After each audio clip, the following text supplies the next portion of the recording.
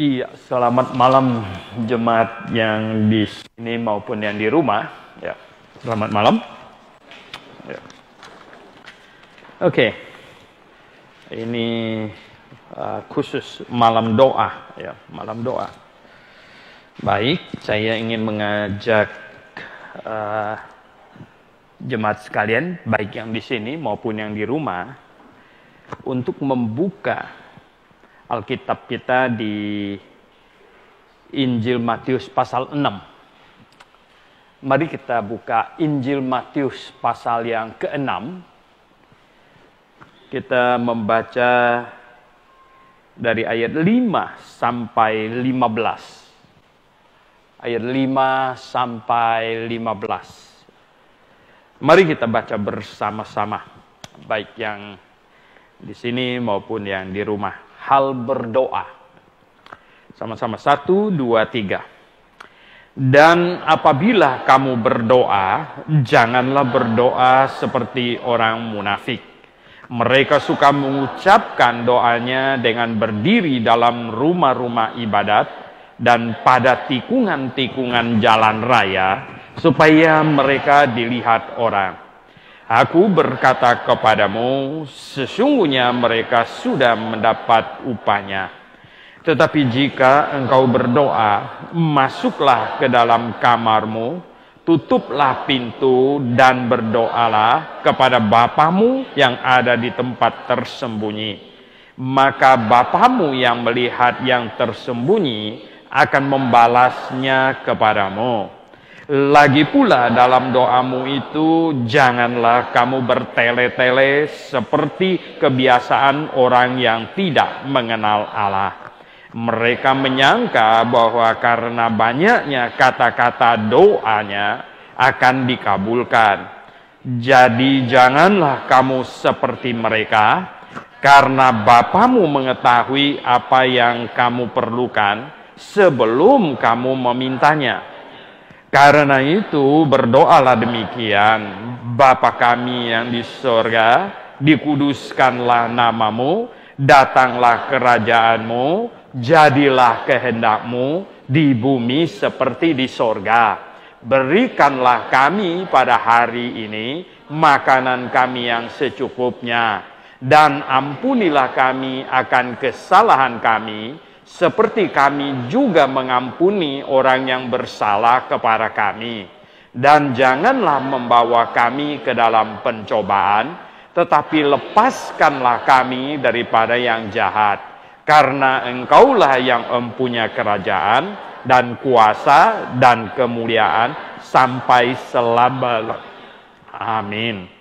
Karena jikalau kamu mengampuni kesalahan orang, Bapamu yang di sorga akan mengampuni kamu juga. Tetapi jikalau kamu tidak mengampuni orang, Bapamu juga tidak akan mengampuni kesalahanmu. Kita berdoa. Bapa di sorga, kami sudah bernyanyi, mengekspresikan hati kami, hati yang bersyukur, hati yang merasa diselamatkan, dibenarkan di dalam Engkau ya Tuhan. Pimpin kami supaya kami memahami kebenaran firman-Mu, memahami hal-hal yang perlu sebagai murid-Mu. Pada malam ini kami akan bicara tentang berdoa, supaya kami bisa berdoa sesuai dengan yang Engkau inginkan ya Tuhan. Pimpin kami semuanya, dalam nama Tuhan Yesus Kristus kami berdoa. Amin. Nah, jemaat sekalian, baik yang di sini maupun yang di rumah, apa yang kita baca ini, kalau di Injil Lukas pasal 11, di situ dikatakan ya, bahwa murid-muridnya minta diajarkan. Guru katanya, ajarlah kami berdoa sebagaimana Yohanes Pembaptis, ya Yohanes mengajar kepada muridnya, begitu. Ya, rupanya ada ajaran doa, jadi murid-murid juga mau minta supaya diajarkan. Nah, kelihatannya karena waktu, ya biasanya Rabu malam kita cuma 30 menit, ya mungkin tidak bisa membahas keseluruhannya. Mungkin 2 kali Rabu ya. Mungkin Rabu yang berikutnya nanti saya akan bahas yang isi doanya itu yang mulai Tuhan Yesus ajarkan. Tapi malam hari ini kita mau melihat, yaitu yang pertama, lokasinya, lokasi berdoa. Nah ini dia, lokasi berdoa.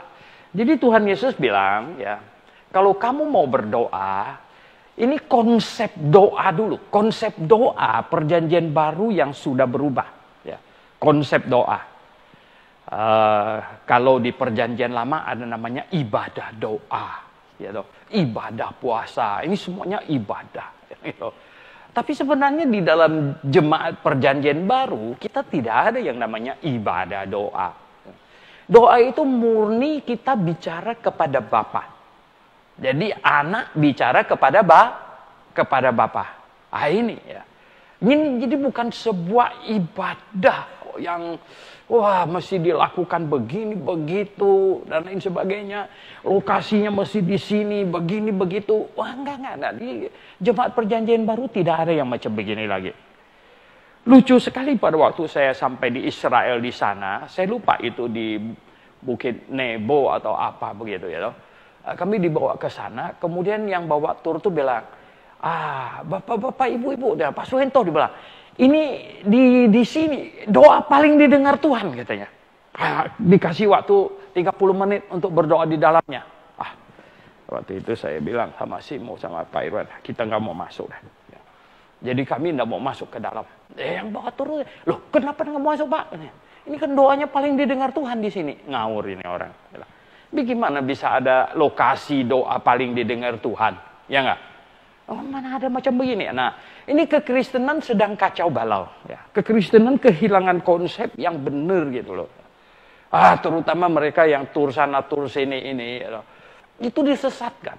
Penuh dengan kesesatan di dalamnya. Karena apa? Itu penuh dengan tayul, penuh dengan macam-macam itu pengajaran yang kacau balau sebenarnya. Tidak didasarkan kepada Alkitab, malah ada didasarkan pada tradisi, pada cerita ini, cerita itu. Banyak sekali gitu. Saudara yang saya kasih dalam Tuhan, di dalam kekristenan tidak ada lokasi spesial di mana di situ Tuhan lebih dengar gitu ya. Wah, seperti hotspot begitu ya. Ini daerah apa ya istilahnya ini, sinyalnya paling ini, ya, sinyalnya paling full gitu, paling full. Sini sinyal paling tinggi gitu. Waduh, ya saya ingat kalau di Kalimantan Barat di RBC itu, ya nggak ada cari-cari sinyal ini, bawa HP cari-cari sinyal. Di sini sinyalnya paling tinggi gitu. Waduh, ya saya kalau WA masuk ting gitu karena sinyalnya paling oke gitu ya. Emangnya orang Kristen berdoa cari sinyal Tuhan? Aneh ngawur lagi ya. Jadi ini kacau. Ya. Nah, kenapa? Karena orang Yahudi itu ada kesalahan konsepnya tuh begini ya. Kiblat. Ya. Kiblat orang Yahudi itu kiblat gitu. Nah, jadi mengapa orang Yahudi berdoa hadap ke Yerusalem? Mengapa? Ingat Daniel ditangkap sama pembencinya itu. Karena mereka tahu satu hari 3 kali dia itu berdoa dari atas lotengnya, mungkin balkonnya begitu, ya, hadap ke Yerusalem. Jadi mereka gampang mau tangkap dia, gitu. Gampang gitu. Nah, mengapa berdoa hadap ke Yerusalem? Kenapa? Sejak kapan? Sebenarnya itu sejak doa Salomo, gitu. Jadi ketika Salomo selesai membuat bait Allah, dia berdoa, peresmian itu bait Allah itu Salomo berdoa. Doanya Salomo dicatat tuh diinspirasikan, gitu loh. Jadi Salomo berdoa begini, ya Allah Jehovah, karena saya tidak hafal ya, kira-kira isinya begini. Nah ini rumah sudah selesai katanya. Ini rumah ini diresmikan, ya loh. Nah ini rumah atas namamu, gitu. Dan dia bilang, ya Tuhan, gitu, Allah Jehovah. Seandainya nanti umatmu pergi kemana, merantau, berdagang kemana. Nah pada saat mereka berdoa dan menghadap kepada rumahmu ini, dengarkanlah doa mereka. Sejak saat itu, ya oke, betul nggak? Jadi mereka pergi merantau kemana, ke negara lain, ke Mesir, ke Iran, kemana saja gitu ya. Kalau berdoa hadap kemana? Ke Yerusalem, di situ ada bait Allah. Kiblat itu sejak saat itu sebenarnya. Kiblat itu. Ya. Tetangga kita awalnya juga kiblatnya ke Yerusalem. Cuma belakangan mungkin pemimpinnya pikir, nanti, kita ubah kiblatnya agak ke selatan, gitu. Begitu. Jadi tadinya awalnya kiblatnya juga ke Yerusalem gitu. Nah, jadi begini. Akhirnya terbangunlah satu konsep sebenarnya. Wah, doa ini mesti kalau kiblatnya salah nanti Tuhan udah dengar ini kiblatnya ini gitu. Coba mau hadap ke situ gitu. Waduh, meleset sedikit nanti gimana gitu. Kayaknya sinyalnya nggak kena gitu. Begitu. Nah, sehingga tahu nggak apa? Perempuan Samaria itu ya bilang kepada Tuhan Yesus, waktu Tuhan Yesus minta air sama dia, dia bilang apa? Kalian orang Yahudi bilang doa yang benar itu nanti mesti di Yerusalem. Nenek moyang kami bilang nggak di atas gunung ini, gunung Gerizim. Tuhan Yesus bilang apa? Aduh, kalian menyembah apa yang tidak kalian kenal. Ya, kamu menyembah apa yang tidak kamu kenal. Ya. Katanya, saatnya akan tiba dan sudah tiba sekarang. Penyembah-penyembah Allah yang benar akan menyembah Allah di dalam apa? Roh dan kebenaran. Artinya apa? No Yerusalem, no di Gunung Gerizim ini, no di mana-mana. Ya toh? Kenapa? Doa tidak lagi tergantung kepada lokasi. Gitu. Ya, tidak lagi pada lokasi. Nah, jadi hati-hati. Ya toh? Jadi tidak lokasi. Dan juga ya sebenarnya sejak perubahan sistem ibadah dari simbolistik, ritualistik, ya jasmania perjanjian lama berubah ke sistem hakikat, ya rohania dalam kebenaran perjanjian baru, maka tidak ada lagi ya, ibadah yang bersangkut paut dengan tempat, lokasi, dan juga tidak ada lagi ibadah yang bersangkut paut dengan waktu, dan juga sikap tubuh mesti mentok ke sini atau berdiri kah atau lutut kah atau apa, tidak ada lagi. Artinya tidak ada keharusan. Banyak orang marah sama saya, Pak Suyanto, jadi nggak boleh berlutut? Boleh, mau lutut boleh, tapi tidak ada keharusan untuk berlutut, ya toh? Tidak ada keharusan. Nah, jadi Bapak Ibu Saudara yang saya kasih dalam Tuhan, doa tidak ada keterikatan lokasi. Nah, ini yang Tuhan Yesus mau ajarkan kepada murid-muridnya. Murid-muridnya. Tidak ada masalah lokasi di sini. Nah, katanya apa? Jangan kamu seperti orang munafik, katanya. Nah, namanya kalau berdoa di perjanjian baru ini kan berdoa kita berbicara kepada Bapa, gitu. Berbicara kepada Tuhan yang adalah Bapa kita, berbicara kepada Tuhan, bicaranya di mana, gitu loh. Saudara yang saya kasih dalam, kalau doanya namanya doa pribadi, ya doa pribadi. Sebenarnya gini, itu doa pribadi atau itu doa jemaat, gitu. Doa jemaat itu begini, 2-3 orang berkumpul, ya, sehati, aku ada di situ. 2-3 orang berkumpul sehati, sebenarnya itu adalah jemaat, maksudnya. Gitu. Jadi 2-3 orang berkumpul dalam namaku, katanya, itu jemaat, gitu. Akhirnya sebenarnya begini, kalau dari segi jumlah orang, ya dari segi jumlah orang, gitu, itu doa pribadi atau doa jemaat, 2-3 orang berkumpul punya. Itu. Ya. Nah, kalau doa pribadi, seperti di sini yang Tuhan Yesus katakan, doa pribadi sekarang. Doa pribadi kok di jalan? Doa pribadi di mana katanya di sini katanya? Apabila kamu berdoa, janganlah berdoa seperti orang munafik.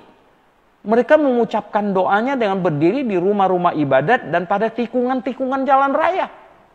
Walah, bisa serempet mobil kalau sekarang ini, ya, berdiri di tikungan-tikungan jalan segala macam begitu.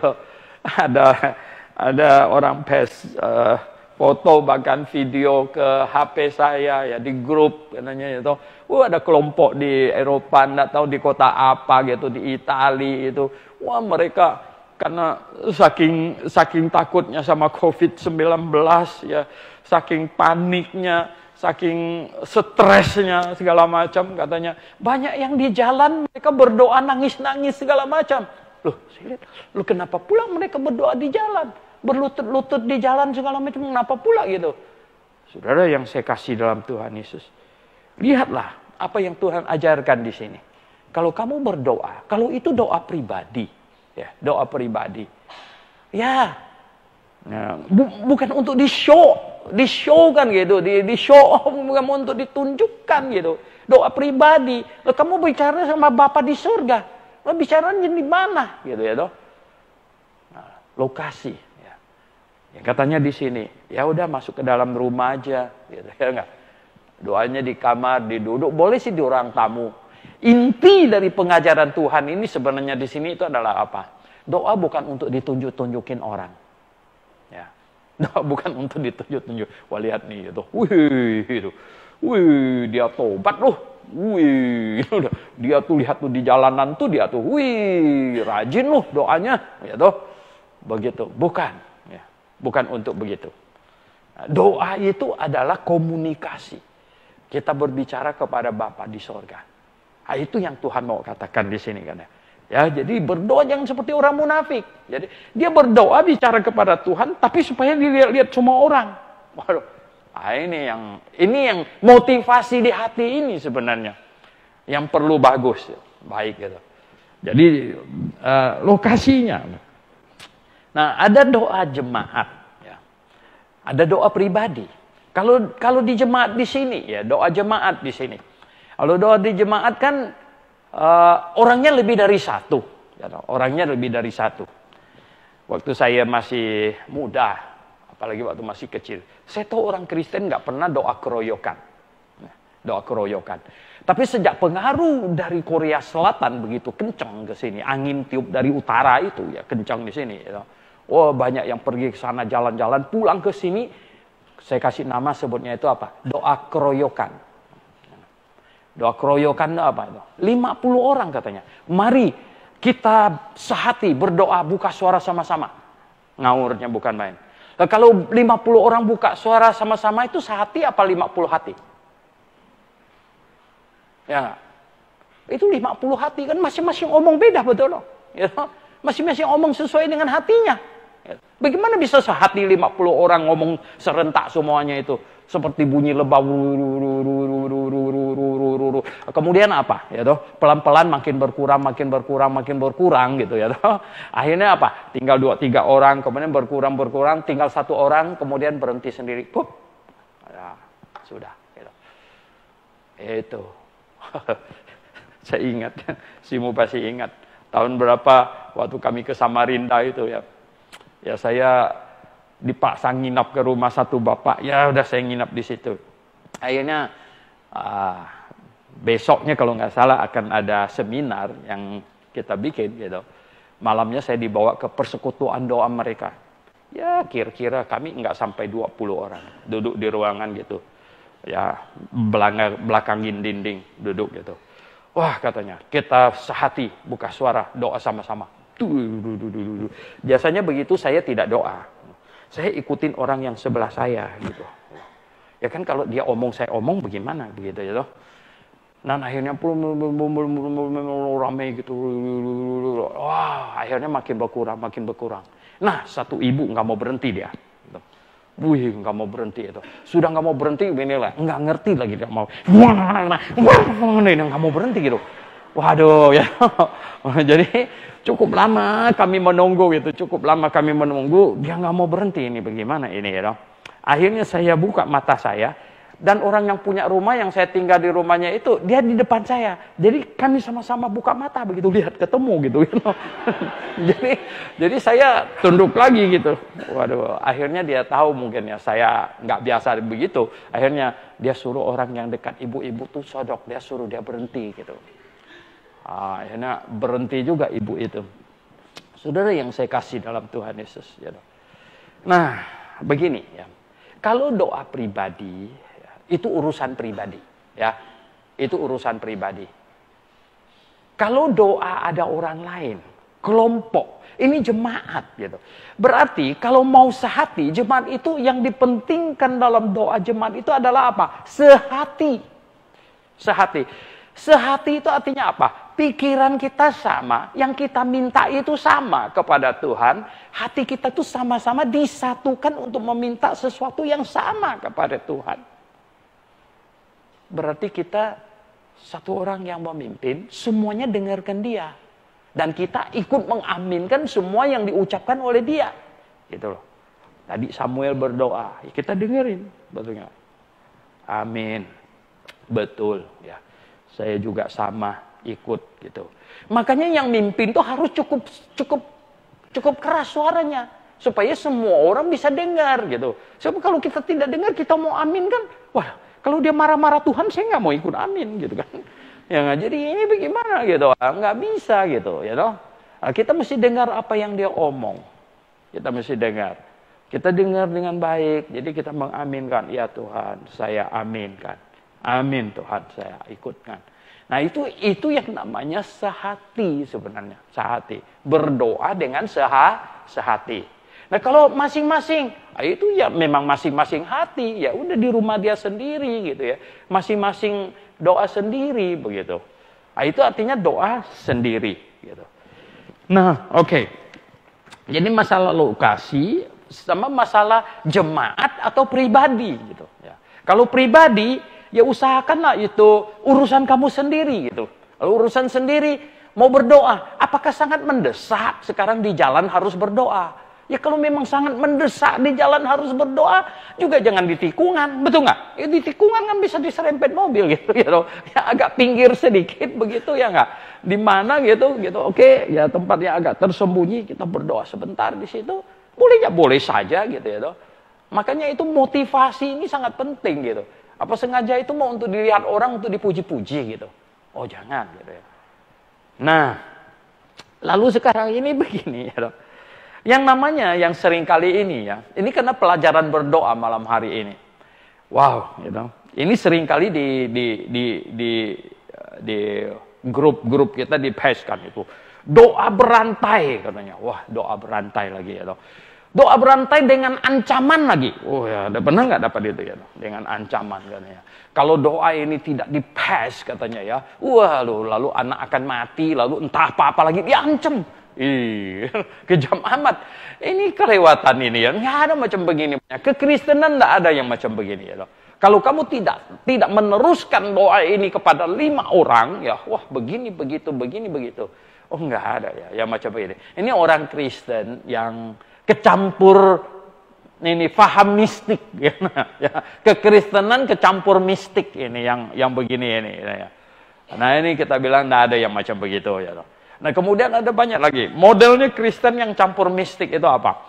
Ini Kristen yang ini sering kali bilang apa? Mulai nanti jam 9 malam katanya tepat.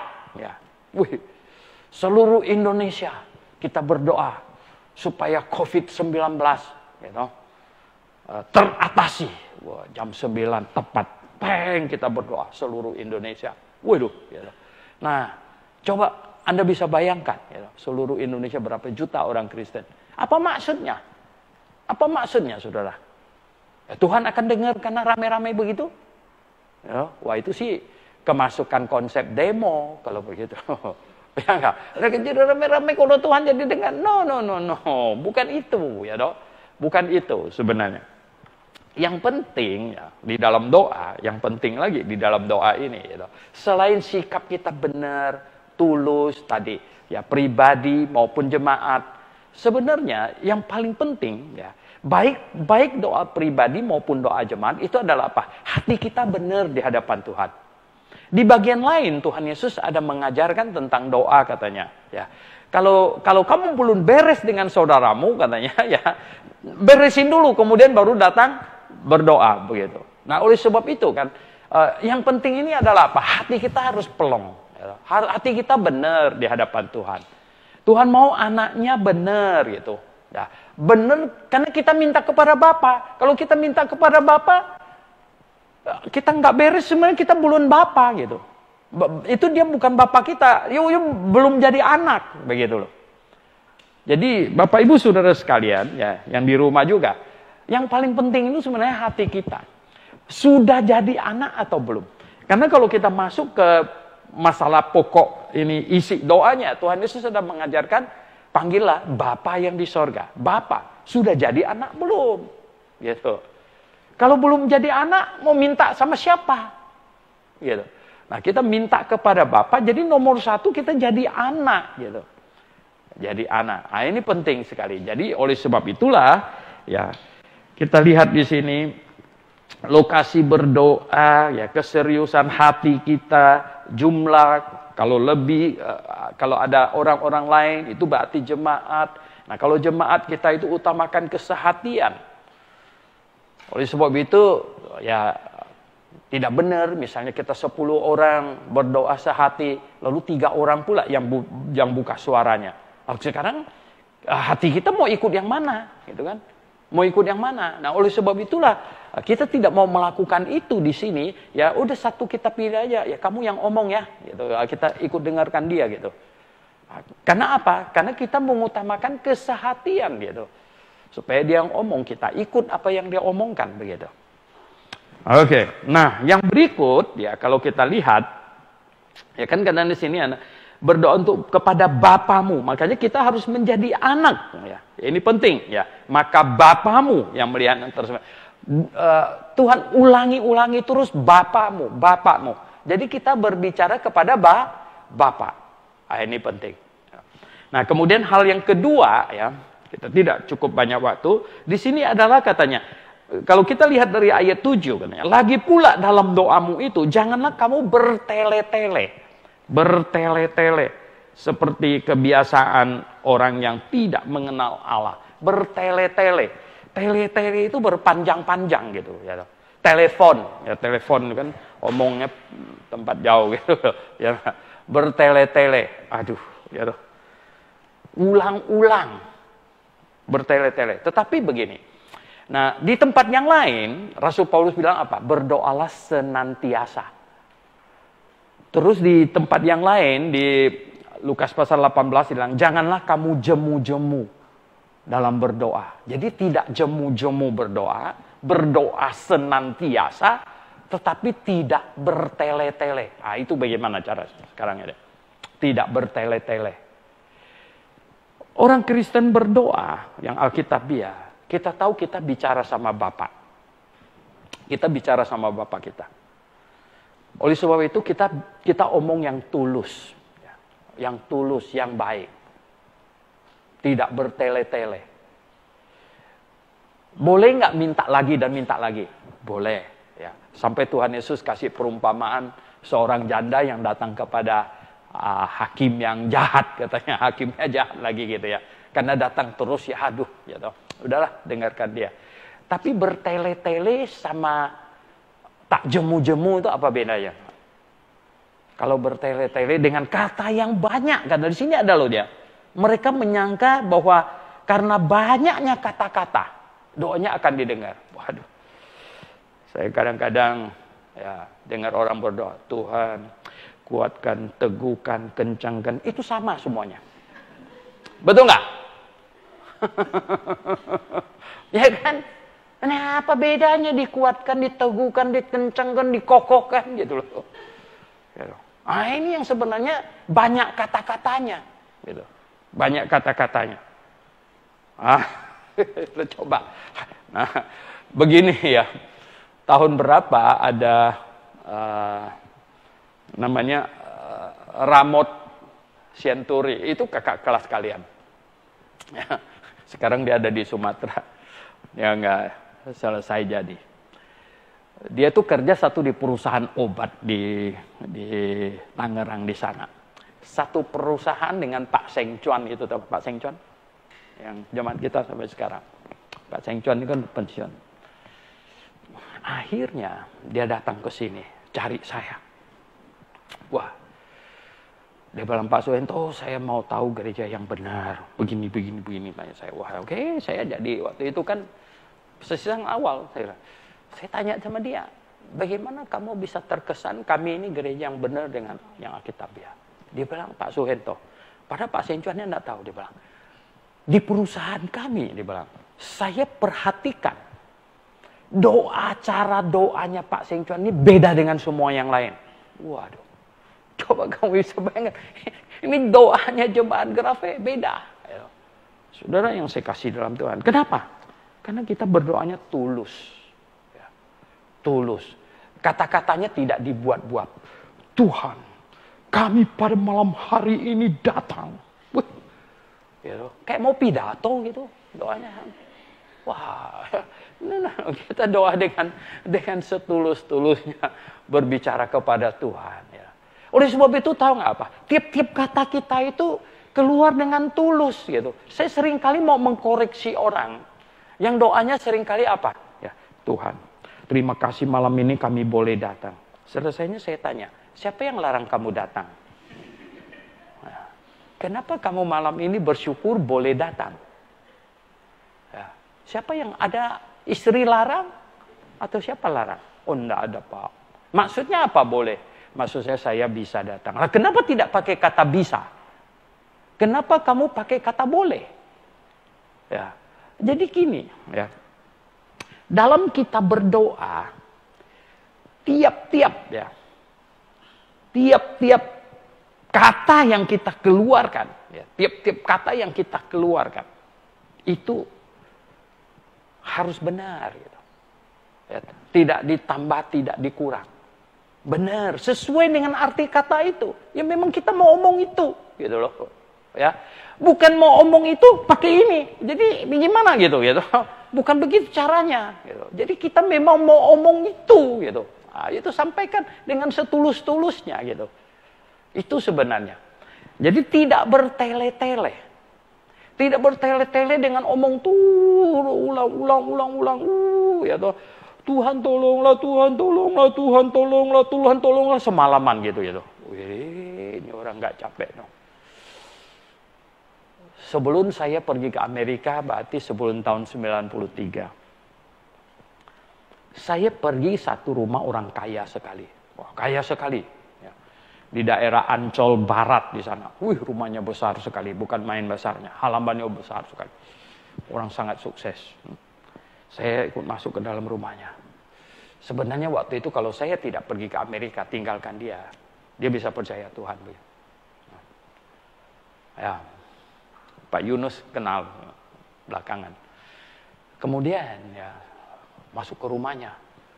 Ini patung beli di Thailand, ini patung beli di Hong Kong. Dari masuk rumah sampai ke dalam tuh penuh dengan patung. Wow, dia bilang apa? Pak Suhento, satu malam saya berdoa 1000 kali. Wih, kagetnya saya bukan main. 1000 kali saya bilang. Dari jam berapa sampai jam berapa? Saya tanya dia. Ya, dari jam 9 sampai kira-kira jam 12 lewat. Wow, hebat sekali ini orang berdoa. Saya masih tanya sama dia, bukan Kristen itu, ya. Dia kan doanya banyak patungnya. Saya tanya dia, bagaimana cara kamu hitung sudah 1000 kali? Kan tiap kali doa 1, ya sampai 1000 gitu ya. Oh, dia bilang gampang, Pak. Dia bilang, ini ada tasbihnya, dia ada tasbih gitu, ya toh. Tasbih ini matanya 100, ya Bang. Ini matanya 100. Jadi dia mulai, ini kan ada kalungnya, kan ada yang bagian julur itu ya toh. Jadi ini yang lingkar ini. Jadi dia mulai dari start situ. Habis doa 1 kali dia maju. Nah, puter 1 kali itu sudah berapa? 100 katanya. Jadi satu malam itu 10 kali puter. Ya. Wow, hebat sekali saya bilang kamu ini. Jadi saudara yang saya kasih dalam Tuhan. Coba bayangkan, bertele-tele. Tuhan tidak mau orang Kristen begitu. Ya. Tidak mau orang Kristen begitu. Tetapi, nah sekarang kan saya tadi minta bedakan. Apa itu bertele-tele dengan yang Tuhan bilang doalah tak jemu-jemu. Yang Rasul Paulus bilang apa? Berdoalah senantiasa. Terus menerus begitu. Saya punya dosen satu. Ya. Wow. Orang sudah tua sekali. 82 umurnya, dia kasih kami blok kelas 1 minggu. Umur 82. Aduh, saya 50 lebih aja blok kelas 1 minggu. Rasanya mau patah-patah. Dia 82 umurnya. Dan dia bilang apa? Saya berdoa senantiasa ikutin nasihat Rasul Paulus. Dia bilang, bagaimana? Kami tanya bagaimana? Dia bilang begini. Kalau saya lewat kuburan, bawa mobil ya, kuburan. Ya, Tuhan, ya, tolonglah keluarga dari mereka yang mau mati, yang sudah mati ini, supaya mereka diselamatkan. Kalau lewat rumah sakit, Tuhan, di rumah sakit ini pasti banyak mereka yang membutuhkan pertolongan-Mu, tolonglah dia. Ya. Kalau lewat rumah jompo, Tuhan, di sini ada banyak orang tua, tolonglah. Jadi dia bilang apa? Saya berdoa terus. Dia berdoa terus gitu, senantiasa. Wow, saya salut sekali sama dia sebenarnya, sudah tua sekali begitu. Nah, oleh sebab itu saudara yang saya kasih dalam Tuhan, jangan bertele-tele. Ya, jangan bertele-tele dengan Tuhan. Tetapi ya, tak jemu-jemu kita berdoa. Oke? Tak jemu-jemu kita berdoa. Berdoa senantiasa. Sebenarnya kenapa tahu? Kenapa Tuhan mau kita berdoa senantiasa tak jemu-jemu? Kenapa Rasul Paulus menuliskan demikian? Rahasianya itu apa, tahu? Karena doa itu sangat bersangkut paut dengan pikiran kita. Sangat bersangkut paut dengan pikiran kita. Kalau kamu berdoa untuk Bapak itu, berarti kamu ada memikirkan dia. Kalau kamu berdoa untuk panti asuhan, berarti kamu punya hati ada ya memikirkan, ada care, ada kepedulian pada panti asuhan. Kalau kamu berdoa untuk negara ini, kamu punya hati ada peduli. Kamu berdoa untuk presiden, hati kamu ada peduli kepada dia. Kamu berdoa untuk pelayanan, berdoa untuk penginjil. Sebenarnya topik doa, pokok doa itu tak ada batasnya, tak habis-habisnya. Dan ketika kamu berdoa kepada satu hal, itu berarti apa? Hati kamu ada memikirkan itu. Benar? Ya. Nah, itulah sebabnya Tuhan mau kita apa? Berdoa senantiasa. Rajin berdoa. Rajin berdoa. Berdoa senantiasa. Tak jemu-jemunya kita berbicara kepada Tuhan, Bapa kita yang baik. Menyampaikan kepadanya berbagai permohonan kita. Dan itu menunjukkan hati kita yang peduli, yang care kepada semua hal. Pelayanannya dan lain sebagainya. Nah, adakah kita memperhatikan pelayanannya, pekerjaannya? Nah, disitulah hati kita ya, akan ikut pada saat kita berdoa. Kalau Anda tidak ada peduli pada pekerjaan Tuhan, Anda pasti tidak berdoa untuk itu. Ya. Adakah kalian berdoa, mahasiswa di sini, untuk senior-senior kalian, menyebut nama mereka? Ada nggak kamu peduli kepada mereka? Kamu mendengarkan pelayanannya sedemikian rupa, ya loh? Kamu dengar, ya loh? Ada senior kalian, ya loh? Yang sedang diusir, nanti dan lain sebagainya. Adakah hati kalian peduli kepadanya? Berdoa untuk dia. Nah, kalau kamu tidak berdoa untuk dia, saya ragu kalian ada peduli kepadanya. Nah itu ya. Nah, kenapa kita harus berdoa tak jemu-jemu? Berdoa senantiasa. Bukan bertele-tele. Tapi kalau kita ingat lagi akan hal itu, kita berdoa lagi. Itu artinya apa? Itu barang yang sangat penting kita minta. Karena kita ulang, Tuhan, itu perlu. Pekerjaan itu perlu. Pembangunan gereja di situ perlu, Tuhan. Dan lain sebagainya. Teman saya yang satu itu, Tuhan. Dia patah hati. Tuhan carikan dia yang lebih setia. Gitu. Kan ada care, betul nggak? Doanya bagaimana? Tuhan, teman saya yang satu itu, dia belum ada pacar, misalnya. Wah, itu kan, kalian bisa itu ya. Doa, pokok doa itu nggak ada batasnya, nggak ada habisnya. Ya, atas segala sesuatu yang kamu ada kepedulian di situ. Pelayanan begitu besar, begitu luas. Pekerjaan kita begitu banyak. STT di Kalimantan, nanti di Manado, di mana-mana. Begitu banyak. Saudara yang saya kasih dalam Tuhan Yesus. Saya sering kali nggak bisa tidur. Dan saya berdoa terus. Saya ingat si Anu, ingat si Anu, ingat si Anu. Ingat semuanya, ingat. Tuhan tolong dia. Nggak usah panjang-panjang. Saya ingat dia saja, Tuhan tolong dia. Dia sedang sakit. Ya. Begitu. Saudara yang saya kasih dalam Tuhan. Tuhan mau kita berdoa. untuk orang-orang, untuk pekerjaannya, untuk semua. Menandakan kita peduli kepada itu. Dan Tuhan akan lihat bahwa hati kamu yang sangat peduli kepada orang itu saja sudah membuat Tuhan sangat sayang kepadamu. Ya.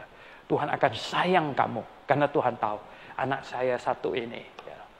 Oh ya, dia begitu care, dia begitu peduli kepada pekerjaanku, pelayananku. Dia begitu peduli. Dia begitu peduli kepada temannya. Dia begitu peduli senior-seniornya yang melayani. Dia begitu peduli. Nah, bagaimana Anda tidak menimbulkan kasih sayang Tuhan yang lebih kepadamu? Betul nggak? Ya, maka Tuhan pasti akan sayang kamu. Jadi, jemaat yang dikasihi Tuhan, baik di rumah maupun yang di sini, marilah kita berdoa dengan lebih serius. Dan kita berdoa lebih banyak. Dan kita berdoa untuk orang lebih banyak lagi. Pekerjaan Tuhan banyak. Tidak perlu panjang-panjang, bertele-tele. Tapi kita berdoa senantiasa. Mari kita berdoa. Tuhan, terima kasih kami dapat pelajaran malam hari ini. Kami berdoa kepadamu. Kami berbicara kepada Bapa yang mengasihi kami. Tidak ada batas lokasi. Tidak ada mesti ada postur tubuh menghadap sana kemari. Kami bersyukur kami hidup di zaman ini Tuhan. Tuhan, kami juga dapat pelajaran bahwa Engkau tidak senang kami berdoa bertele-tele. Tapi Engkau mau kami berdoa tak jemu-jemu. Berdoa senantiasa. Sehingga kami bisa sampaikan kepadamu banyak pokok doa. Dan itu menandakan kami peduli akan sesama kami. Akan pekerjaanmu. Akan berbagai hal. Lingkungan kami dan semuanya. Dari doa kami ya Tuhan. Terima kasih Bapa di sorga. Puji hormat kami naik padamu Tuhan. Dalam nama Tuhan Yesus Kristus. Kami berdoa. Amin.